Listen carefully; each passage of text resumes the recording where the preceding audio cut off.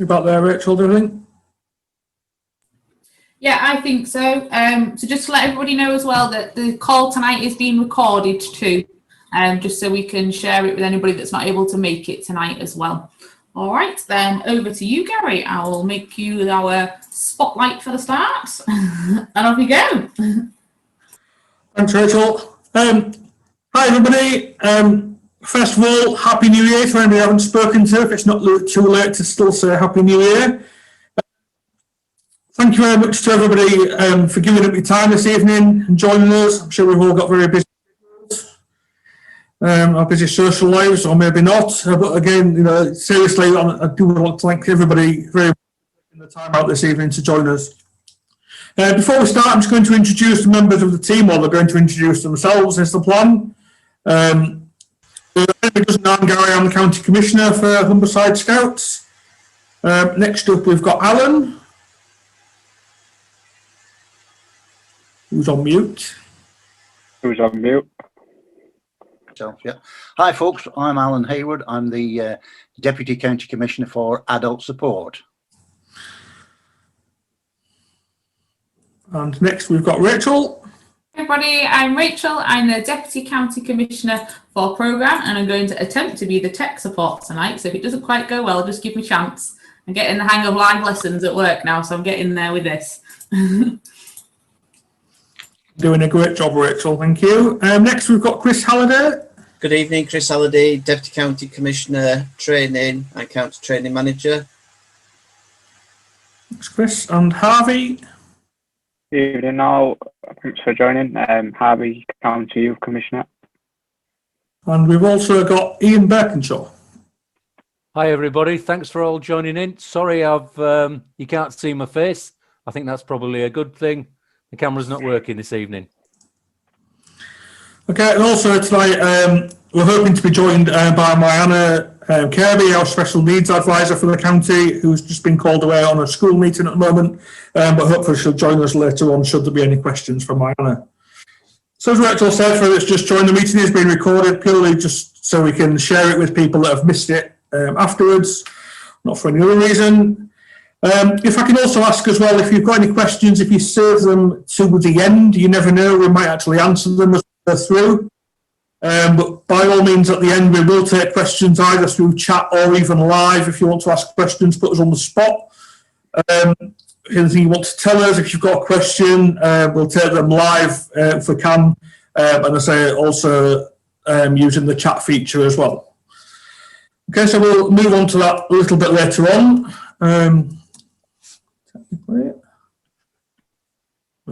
Sorry, I'm in charge of slides, so it'll be a bit of a Boris show tonight. I'm sure somebody will have to ask me to change the slides before the night's out.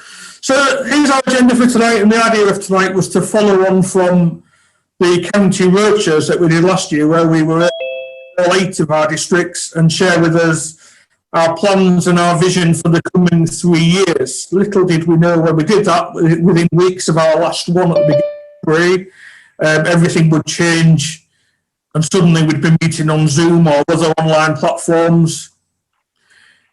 And I'm sure many of you will join me in saying that at least we never expected it to be this long. Certainly, the vision originally was, it wouldn't be as long as it is, and as long as it's going to go on for. Certainly, things are ever changing. The caveat of some of the things we tell you tonight is, bear in mind, things are ever changing. We do our best to keep you up to date with the latest information. What we tell you tonight, we'll try our best to be relevant and as up to date as we can. There may be bits that change just because of the changing times that we find ourselves in. So before Christmas, I think, certainly from the summer term, after the start of the summer term, the autumn term, we'd started to get ourselves back together. We'd seen many groups starting to come back from online scouting. We obviously hit lockdown again in November, which seemed to pause pause the groups to many to coming back in January. And again, that again was paused. This is from what I was saying, the ever-changing times. Scouting, however, continues, and we're always amazed, and I say this often, we're always amazed by the differing things that come out up on the online meetings, the different ways groups have engaged with throughout the time, not just online, but other methods as well. They are really are for everyone that's helped with that. But we know as well that some groups have not been able to do that for varying reasons. What we'd say tonight, though, we would encourage groups to haven't considered getting back together. Maybe this is the time, maybe it's time to start getting back together and see if we can get scouting back to some sense of normality, be that online for the time being. Looking forward, hopefully, we'll be able to get back together face to face again. I don't know for definite what those dates are and what those plans are. I can tell you what I was told was the plan previous to the latest lockdown. Just to share some vision with you about what that might have looked like, is that we were hoping that by the back of Easter, we'd have moved to the readiness level of yellow. Now, anybody that doesn't know about the readiness levels, to go from red to amber to yellow to green. And we've been in amber throughout the autumn term, apart from during the lockdown in November, where it went red, back to amber for the duration, right up to Christmas, and then back to red, obviously, with the current lockdown. Now, the vision was to be at amber and hopefully going to yellow at the back of Easter, which would allow more outdoors activities, some camping with some restrictions and some caveats, with a view to hopefully being green by the summertime. The hope was that we would get some normality and some camping in the summer of 2021. With everything else on the rollout, that might be possible. I think we'll be clutching at straws to make any promises that that's going to be the way forward. As I said, this was the vision prior to the latest lockdown and the latest strain of the vaccine becoming a challenge, shall we say, for the country. So hopefully, there will be some movement and we will be able to do a little more. It's probably anticipated that we're going to be red certainly till certainly not before the half-term holiday, and I would think probably into March would probably be my best guess, and that's exactly what that is. It is my best guess. But meanwhile, while we are limited in what we can do and we can't meet face-to-face, what we can do is scout differently, and we can think about that. And maybe tonight we can help with some of those groups that maybe aren't doing that, or maybe not sharing what they're doing. And if I pass over to Harvey's going to talk a little bit about getting back together. Harvey, over to you. Cheers, Kev. Yes, thanks all for joining us this evening. I was hoping to sort of talk to you all this evening about getting back together and what that would look like in meeting back up face to face, and talk you through the 5 steps, the process and what's involved. However, that's obviously not the case. We're thinking differently now, and essentially I'm just going to briefly talk to you about getting back together but virtually. So benefits, obviously, I know many groups across Humberside have been getting involved with Zoom meetings, using different platforms to sort of engage with our young people whilst we can't meet face to face. It's been absolutely great to see that all over Facebook, and I'm chuffed that leaders are shouting about it, because it's all the more encouraging for other groups to pick up on it. But obviously, those who are not getting involved and are worried about it, we're looking to support that more, and we'll hear a bit more about that later on. But seeing that we think virtual scouting is having on young people and families. So obviously, young people are probably now engaging with school lessons online, a lot of their life spent in front of the computer and doing lessons and from one thing to another. We're thinking about young people having something to look forward to, but virtually. So scouting being what was a Tuesday, Wednesday night, something to look forward to. How can we make it fun and engaging online?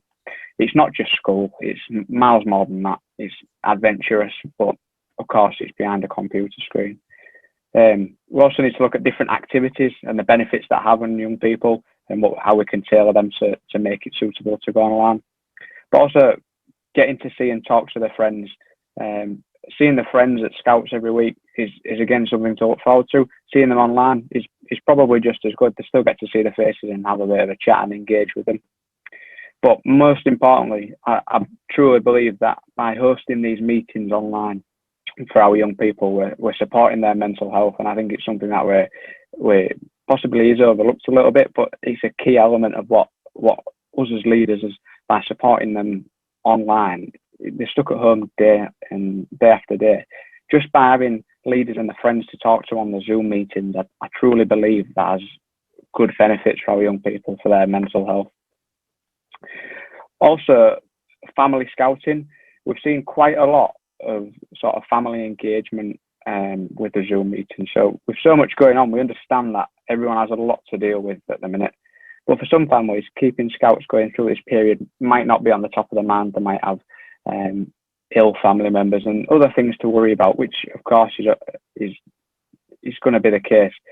But for other families, it's a bit of normality. You know, the parents taking their young people out to scouts, clubs, explorers on a weekly basis was a thing that they've always done. So the fact that, you know, it's happening on Zoom and parents are thinking, how can we get involved? That's great for us to hear. And some of the feedback that we've received is that families are interested and actively taking part and actively looking forward to joining in the virtual scouting every week or every fortnight whenever our leaders can host it.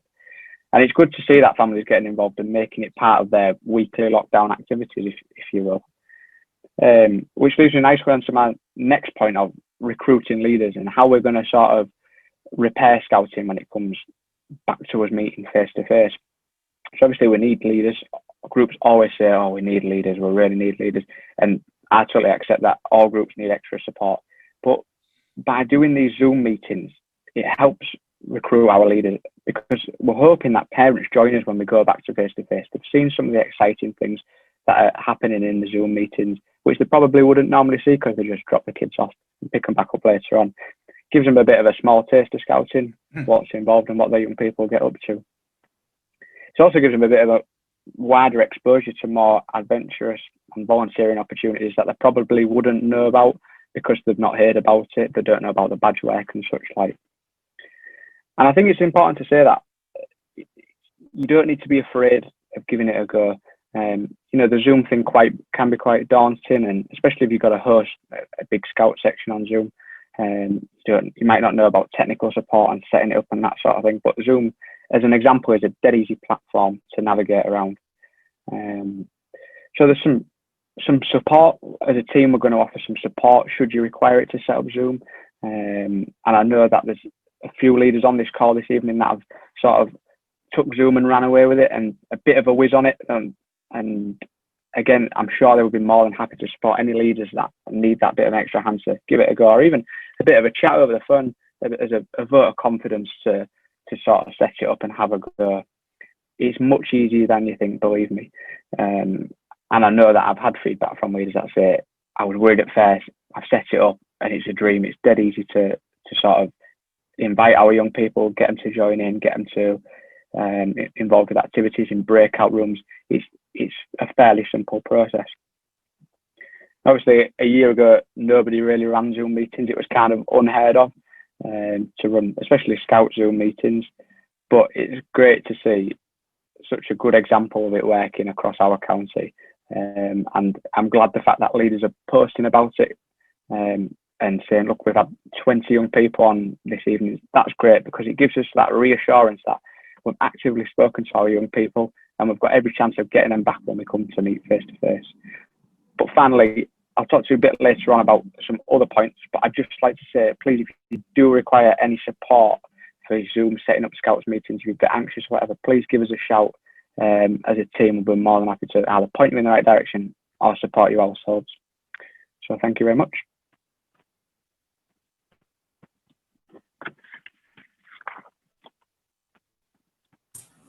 Next slide, please, Boris. Sorry, my fault. Waiting.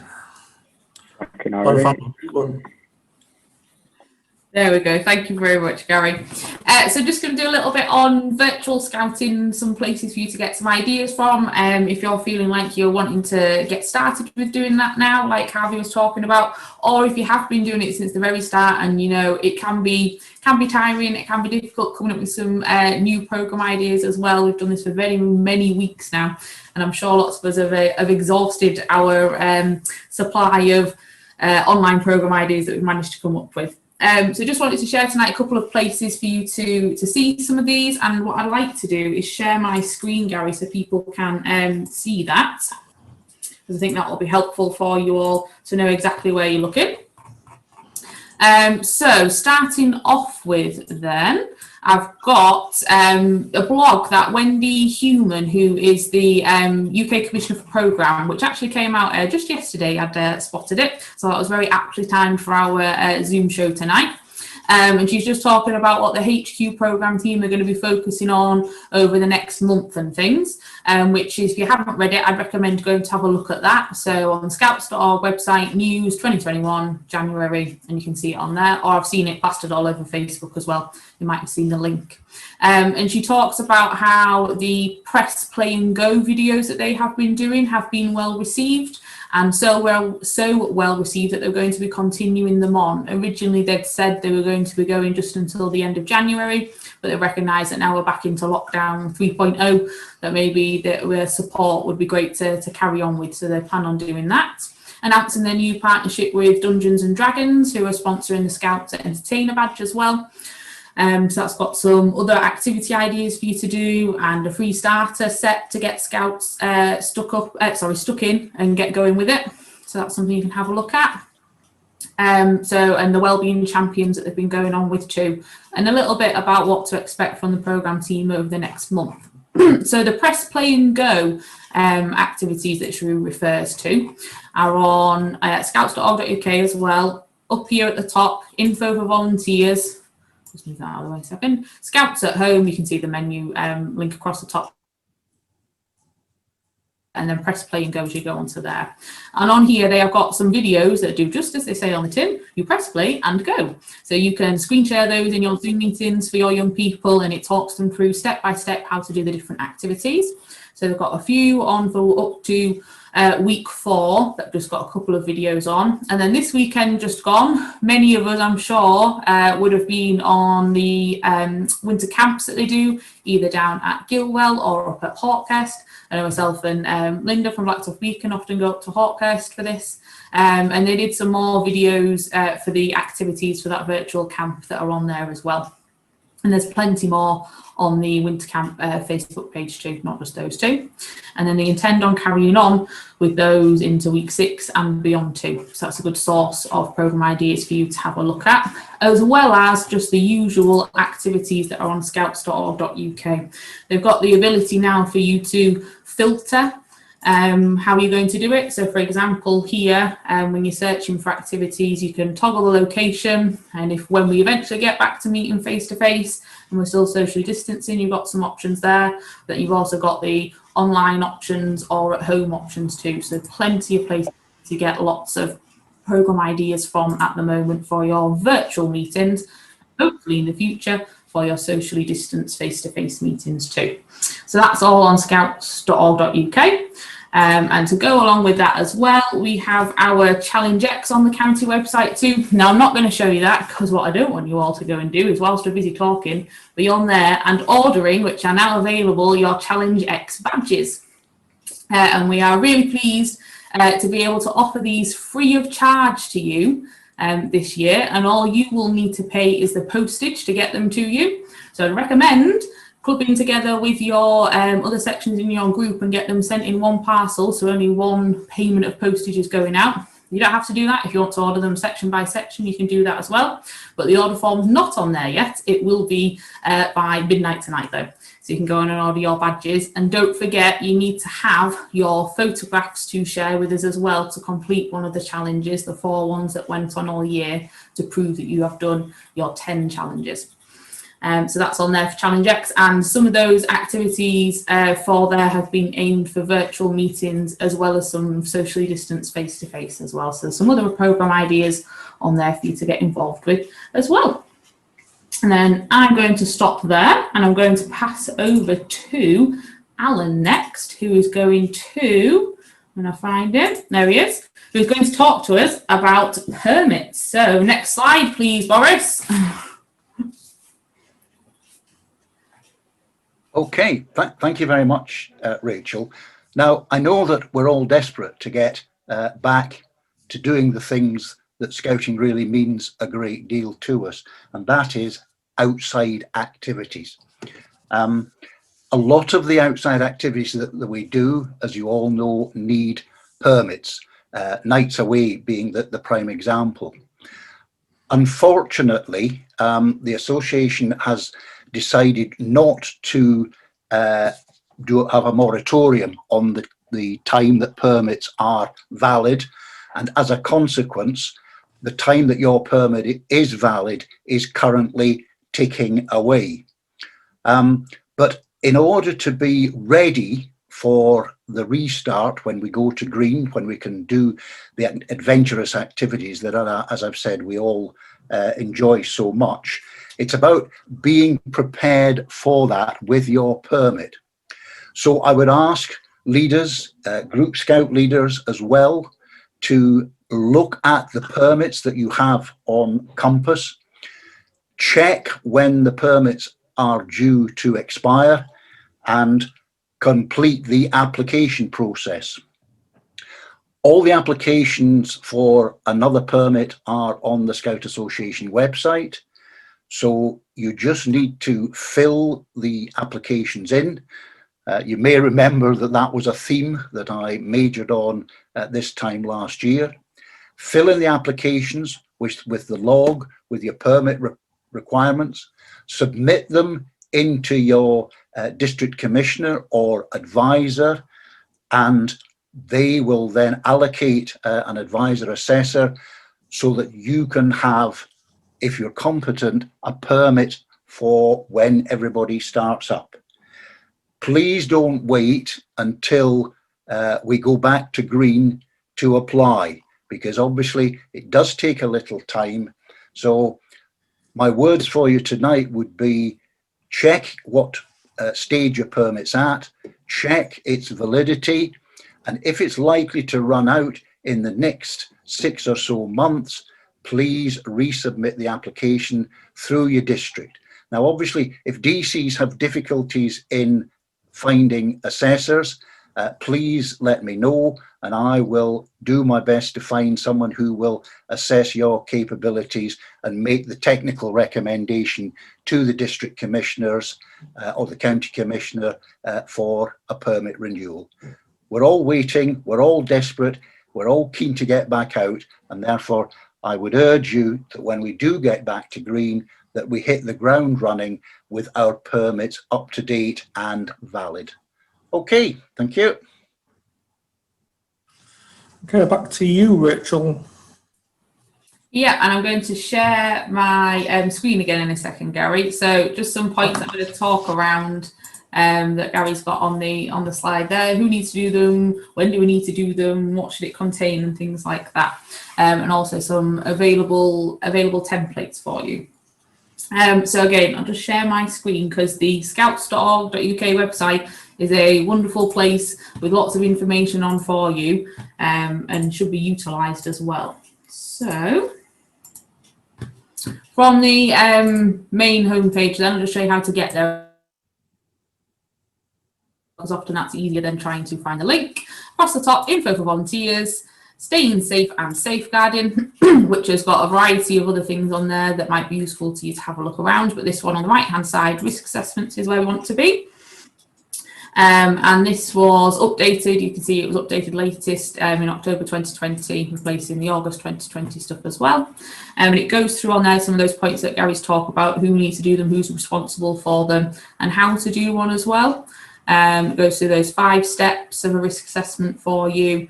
And down here, these buttons you can open up and it goes into a bit more detail for you. So who's responsible for doing it, or activities require a leader in charge, and that's someone who's made sure those certain tasks are completed, and the leadership team are responsible for identifying and agreeing on leader in charge for each activity to help you with that.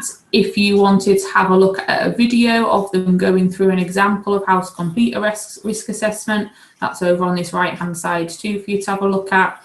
And it's just got lots of good information on that. I'm not going to read it out to you, and you can go away and read that at your own leisure.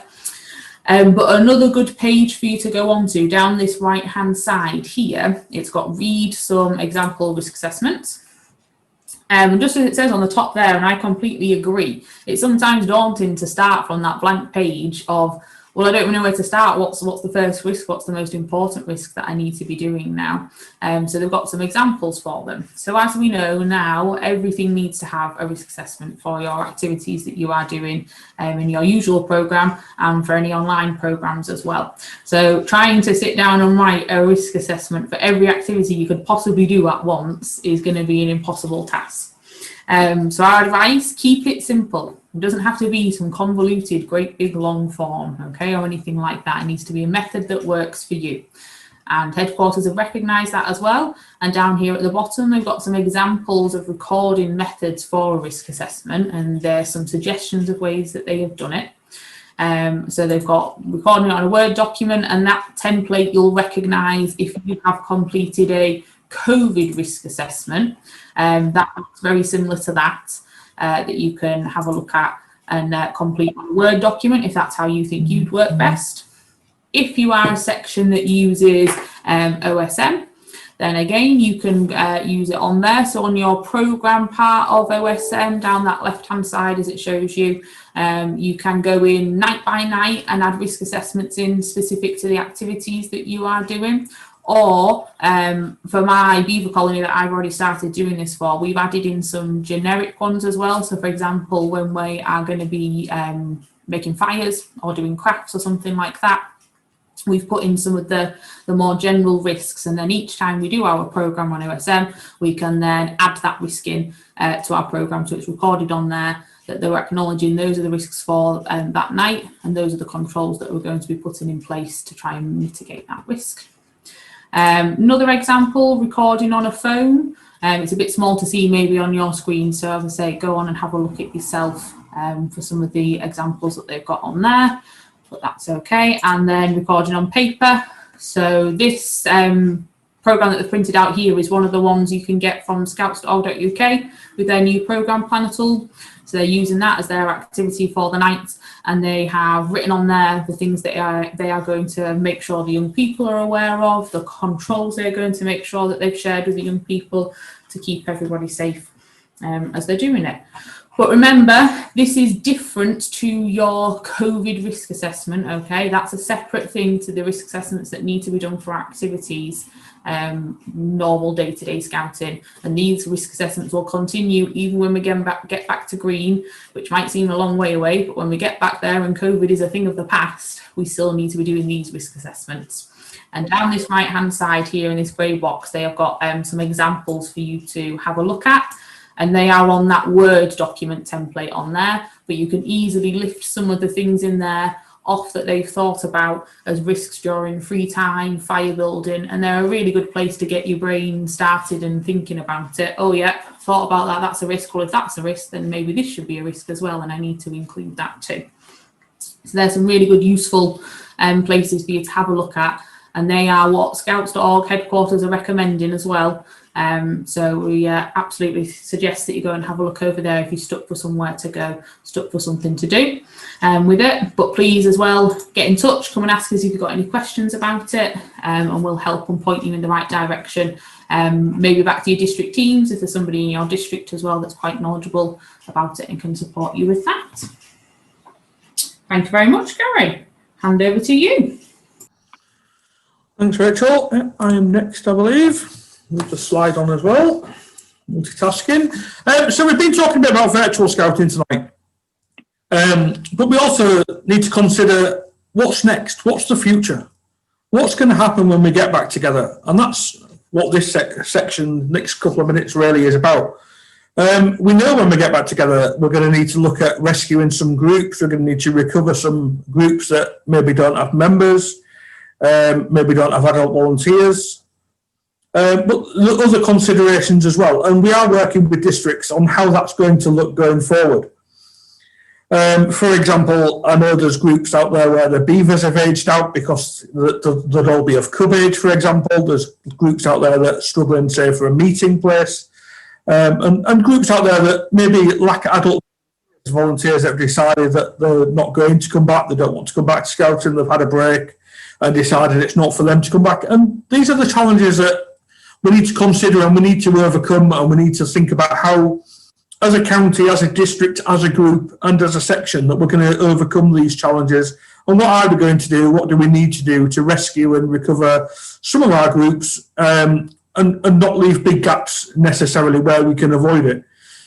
For example, the regional services team, headquarters staff team that support scouting are already putting together information, support material to help with this exact topic, helping us get back together with groups that say like volunteers, like young people, maybe like a meeting place, or maybe the financial, problems, and they haven't got the money to continue, and that's definitely a challenge that we've heard of as well.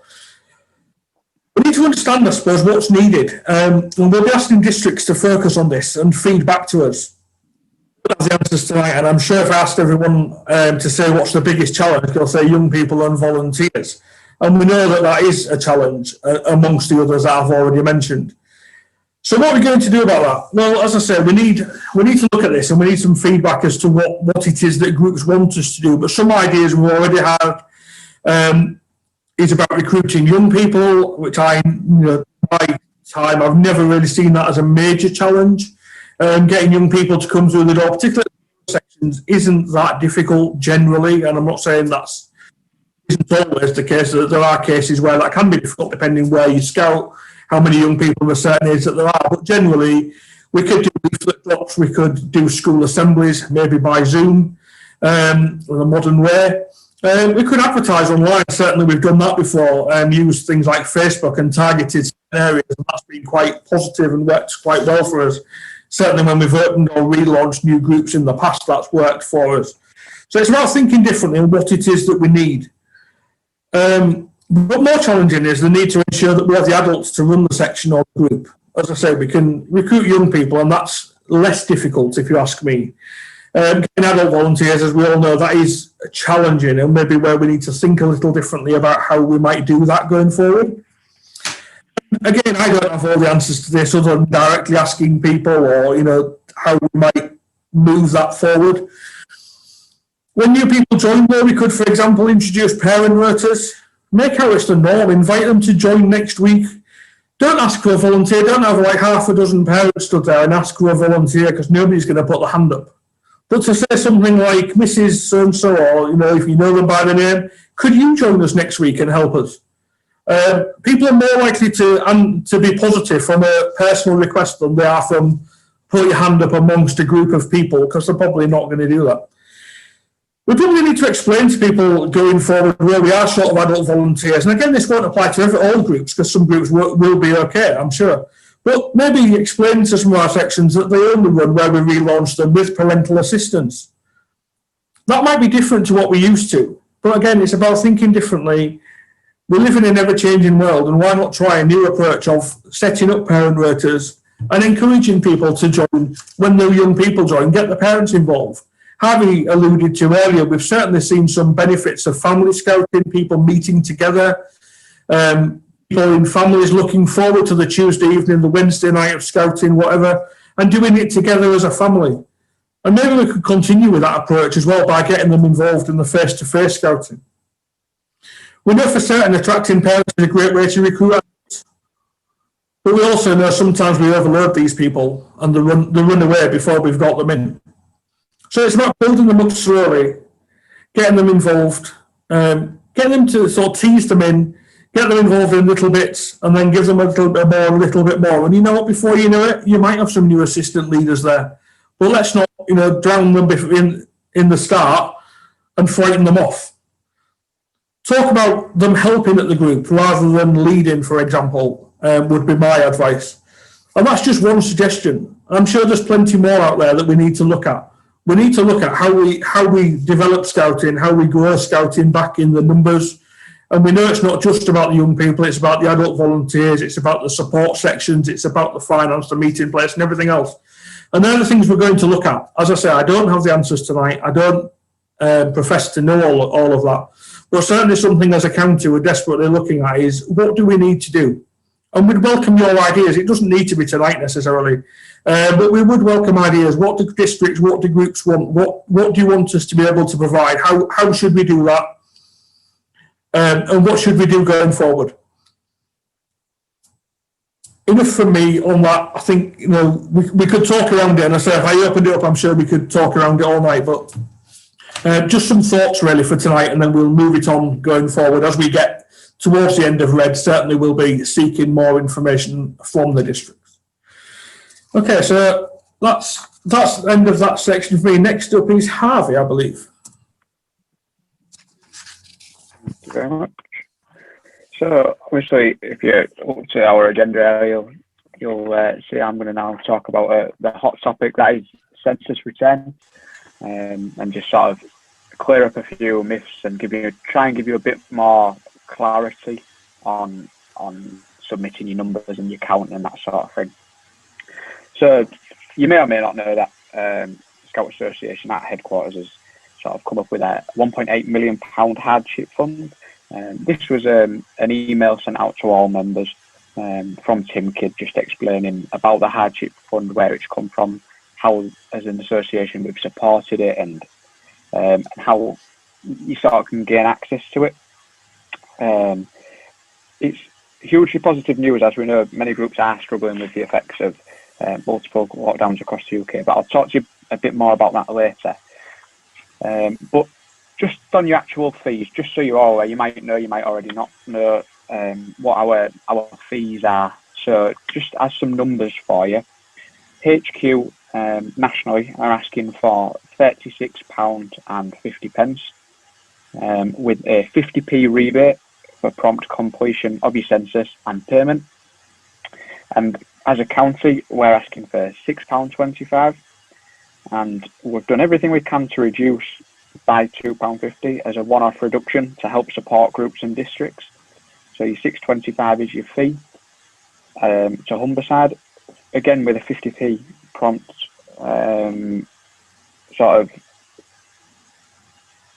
back payment, if you will, for completion. Districts obviously charge you, may or may not charge you a levy, so that's sort of individual to your district, so you can sort of speak to your district teams about that one. But the actual count itself, so you might be sort of wondering, who are your members? How do we count them? How is it going to work if we've not seen them in a year? So obviously the amount you receive will be determined by the number of members you declare on your census return. So in this difficult year, we totally understand that this may be challenging with different variants of scouting being delivered locally. But to sort of summarise from the Scout Association's perspective, they've given you sort of three scenarios to categorise your section and delivery of your current scouting. So you've got scenario one, where you've got currently in your section no face-to-face scouting or no digital programme. So if your group or unit has not been able to provide any scouting programme, either remotely or face-to-face since the pandemic started, you should actively contact parents and carers and their members and ask them if they intend to return to scouting when normal face-to-face activities begin. And if they say yes, our young people, our kids are wanting to come back, we would consider that as they're still members of the association, and therefore they must be counted on your census. Now, if you are delivering a digital programme only, then you've also been able to provide online activities, then you should count those young people who have engaged in online activities as your starting point. Then you should go back to the previous step of contacting the parents who have not engaged with online activities and ask them if they intend to return to scouting when we return face-to-face. If they do and they say, yep, our young people have not been involved in your online digital programme, fair enough, but they would like to come back to Scouts when you restart face-to-face, then they would be considered as counted members on your census too. And the final scenario would be face-to-face activity. So if your group or unit has been able to provide face-to-face activities when local restrictions allowed, you should count those who've engaged in face-to-face activities as your starting point. Then you should contact the parents and carers of those who didn't attend and ask them if they intend to return to scouting when obviously normal face-to-face begins again. If that is the case, they would be counted on your census also. If you're sort of wondering, how do I approach parents and ask them these sort of questions, there's a template letter available that we can share with you afterwards. This is a template issued by the Scout Association. It gives you those 3 options I've just spoke about. You can just tailor it to whatever you as a section have been doing. So if you've just been doing digital, there's an option to just select that, and you can sort of customize it to your group sort of logo and that sort of thing. Give you sort of a personalized approach by sort of adding your parents' names, and then save it and send it out. It's a fairly simple sort of document. It's on Word. You just sort of suit it to your young people. I think it's important to talk about being honest and our scouting values. Obviously, it's easy for us to sort of say, yeah, actually, we've not got any young people. We've not bothered contacting them, so therefore our section's closed, and we don't pay you any money. And then when face-to-face scouting sort of restarts, well, surprise, you've got 10 people that you've not paid for. We're not asking to just randomly say pay for 100 people, because that's what you might think come back. But we just want to sort of ask you to be honest and transparent as possible when you do your census return. So just some timescales for you. The districts are responsible for setting their own deadlines, but as a county, ours consist of the census being opened on the 14th of Jan, the count being the 31st of January, signed off by our districts on the 14th of Feb, and signed off as a county by the 21st of Feb. So they're the dates. So going back to what I briefly mentioned earlier about the hardship fund, so the fund will be distributed amongst groups that need help and where financial support is not available locally. So support can be accessed via a short additional section in this year's census, with funding given for each young person recorded in census. Now this is approved by your district.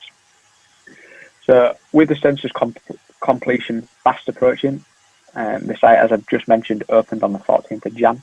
We know that there are obviously some concerns locally from groups and units who worry if they have the funds to pay their local and national sort of memberships for the next year. We know of the financial challenges across the county for our groups and units, but also families who may have been impacted by the pandemic and their finances. Now, that should never be a barrier for any young person to attend Scouts. So if you think your group is likely to be in a difficult financial position, then you should speak to your district commissioner and their team to see if there's that support available to you locally. Now, hardship fund, it is worth saying, will require a complete and up-to-date accounts. So a complete set of accounts submitted to districts before they'll even consider approving sort of additional funding for your groups. There might be sort of some people out there thinking, why bother? I paid last year. What happened to that? What happened to that money? So obviously we've got ongoing costs. The insurance still needs to be paid. The headquarters support is still there and always has been there. That still needs to be paid for. So our memberships, our safety teams, our safeguarding teams, and we know that since the start of the pandemic, the safeguarding team has still been working hard for us with current sort of safeguarding concerns. Not to allude too deeply into the safeguarding side of things, but they have sort of supported us as a county with safeguarding incidents even during the pandemic. So it's worth noting that they're still there, still able to support, and still obviously require paying for. But also ongoing legal costs as a headquarters and an association that we still have to pay for, and obviously our programme support. Rachel sort of showed you some websites earlier on the Scouts Association's direct website. They've obviously been put together. A lot of work's gone into those. They've equally had to be paid for. So in terms of the headquarters, what have they decided that they're going to do moving forward to support? Well, they've made some serious decisions. They've made around a third of their paid staff redundant. They're planning to sell Down Activity Centre, which is in Kent, which is a Scout activity centre similar to Hawkhurst and that sort of thing. And they've also announced recently that BP House in South Kensington is to be sold to protect the future, and they've actually publicised that and openly come out and said, look, we're going to try and sell that as an asset to secure some money for the future. So to summarise, they are really doing everything they can to, reel costs in. I think it's fair to say that headquarters as a whole have been open and honest throughout the pandemic. They've held numerous member calls based around the management of COVID and finances and how we're looking as an association. And I think they've been fairly transparent with us throughout, and I think it's promising to know that they're on our side and they are willing to support. But of course, additional support from us as a county team is available if you need help with your census, your finances and that sort of thing, but we're more than happy to assist.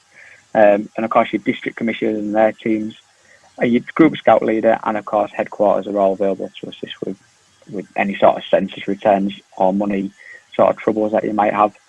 I think that's just about covered on census. I'm happy to sort of take questions in the chat or towards the end. If you've got any sort of questions on census, I'll be able to pick those up for you.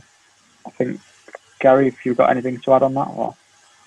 No, that's fine. No, I think moving on, I think Chris is next. Harvey, thank you. Okay. Cheers, thank you. Thank you, Harvey.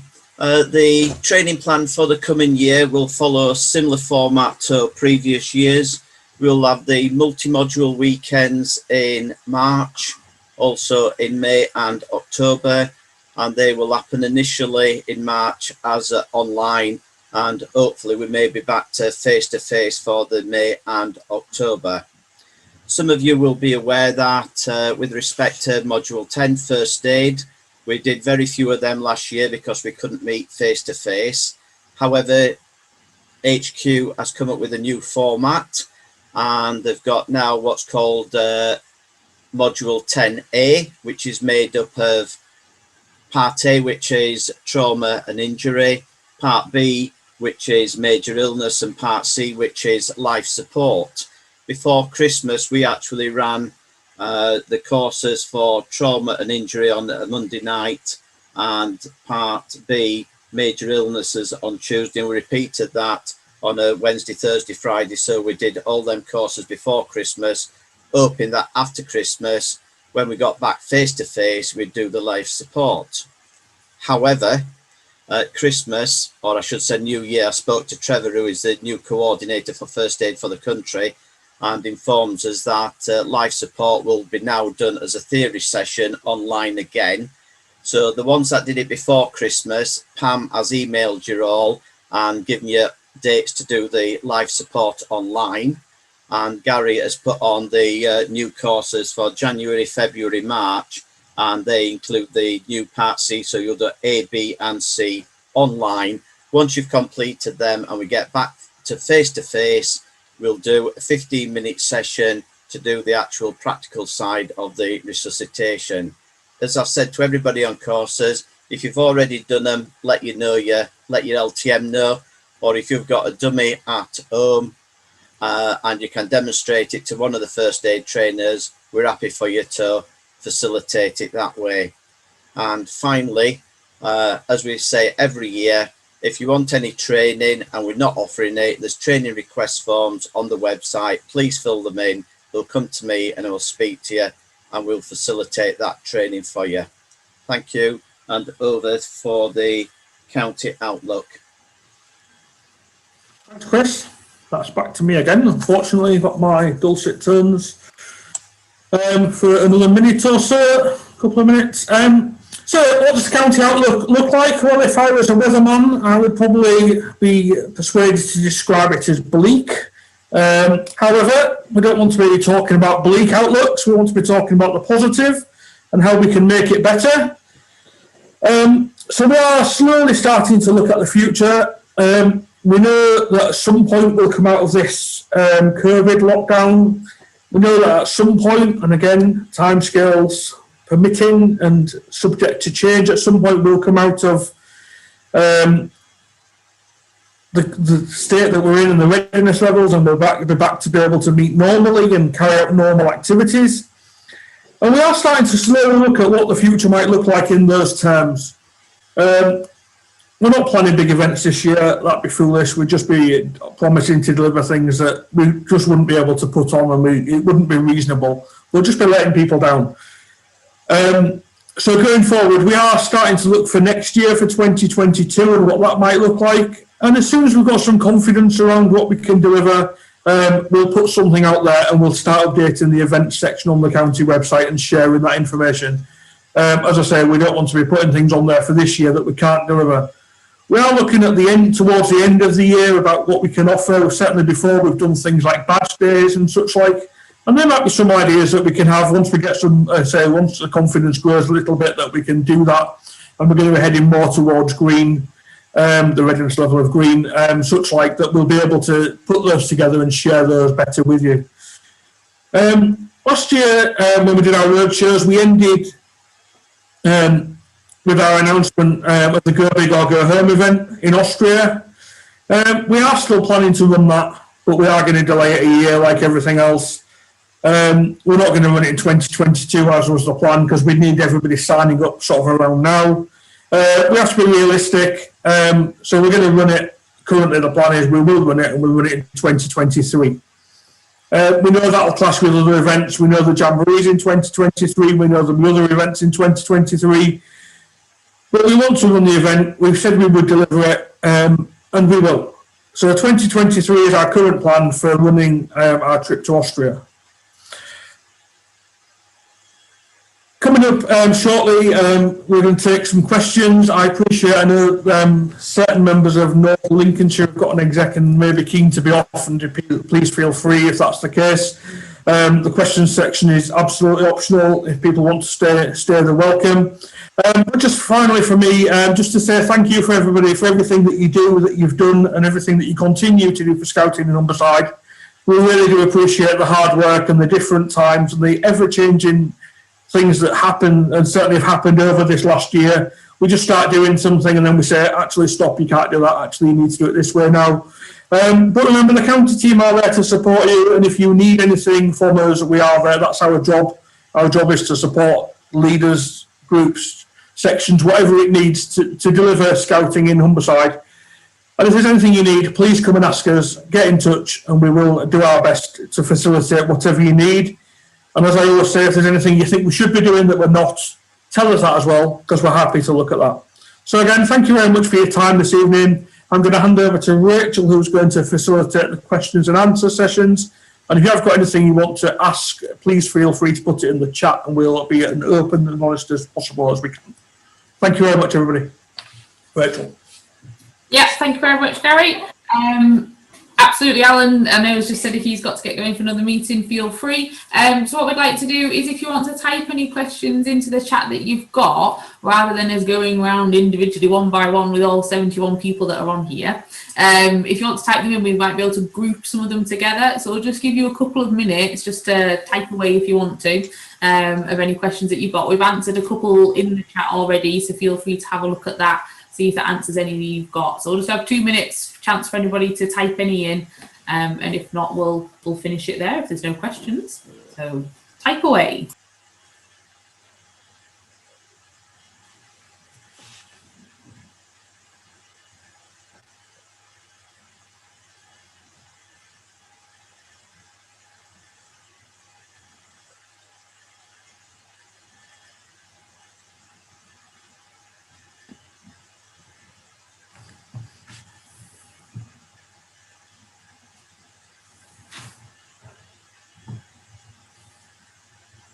We're also just letting people type one in. A good one that had come in, that Harvey's answered in the chat as well, but we'll just ask Gary to have a look at too, just to read out for everybody who hasn't seen it. So they'd asked about how much money each young person might be allocated from the hardship fund to help cover the census fees. So Harvey's just pulled direct from the scouts.org.uk website as well, that says the final grant awarded will be proportional to the number of young people you have, and the amount per head will be greater than the value of the UK membership fee, with higher amounts paid per head to those in areas of deprivation. Due to the nature of the funding that makes up the recovery fund, the award for some groups will be a part or full waiver of their UK membership fee. So to be eligible for that, you need to make sure that you've filled in on your census return the extra additional questions that are being asked this year about funding and things like that. And then your district commissioner is asked to approve that, just to sanity check it. So to make sure that, you know, you're not asking for hardship fund, but you've got thousands of pounds in the bank or anything like that. And then it'll be awarded from there. Another one that says, will there be a video? Yes, there will be a video. It's being recorded tonight. So we'll post that on the county website as well once we're done, if anybody couldn't join. Then I've not had any others appear in. Give it another minute just in case somebody else is busy typing as we talk.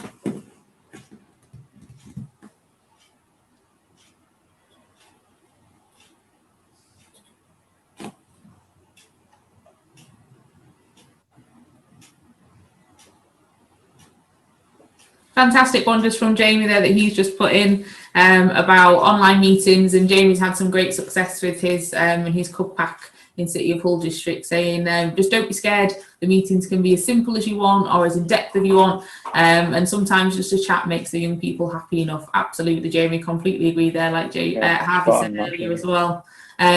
These young people aren't getting to go to school and see their friends at the moment either, so it's a different set of friends that they can interact with online at the moment still. Anything else you wanted to add on that, Harvey? I was just going to say, yeah, thanks for that comment, Jamie. And obviously, I know loads of groups have been doing some good things online, but yeah, especially in Hull, you've taken the lead with that one, so much appreciated. And thanks for sharing some of your activities that you've done on our Facebook group, because for everyone to see, it's there's been some good stuff. So thanks for that. There was another one about permit questions. Sorry, Rich. There was one about a permit earlier on for a specific group. I'm going to send that to Alan to deal with offline. There's the early one.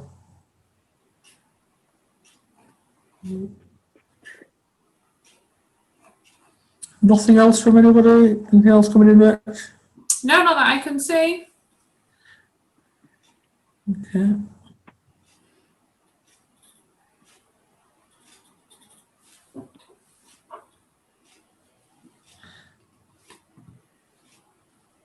Oh, that's good to know. Thanks for that, Darren. Just put on. Yeah, I was going to say that's a good point. Yeah, downloaded the winter camp activities. As I said, they're only going to be available on site until the end of the month, so that's a good idea if you want to save them for going forwards.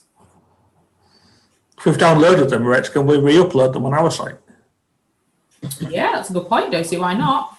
Yeah. Write that down to do that. Talk to Darren about that, yeah. Yeah.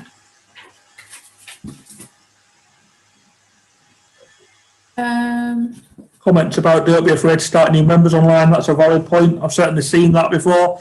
I was at a group before Christmas, well, must have been pre the lockdown, Rich, where we were both at Messingham, where they'd had members that had only been in online meetings that they then invested at the first face-to-face meeting. That was interesting. Certainly proves that, it does work and young people were engaged.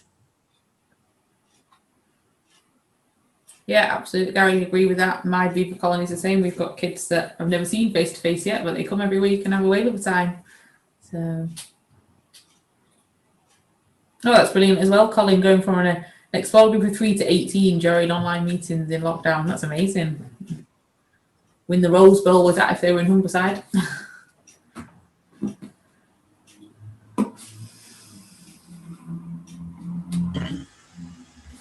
Fair comment from Jamie about instead of uploading images online. With something that we could add to, yeah, that's a good point, Jamie. Certainly happy to talk about that.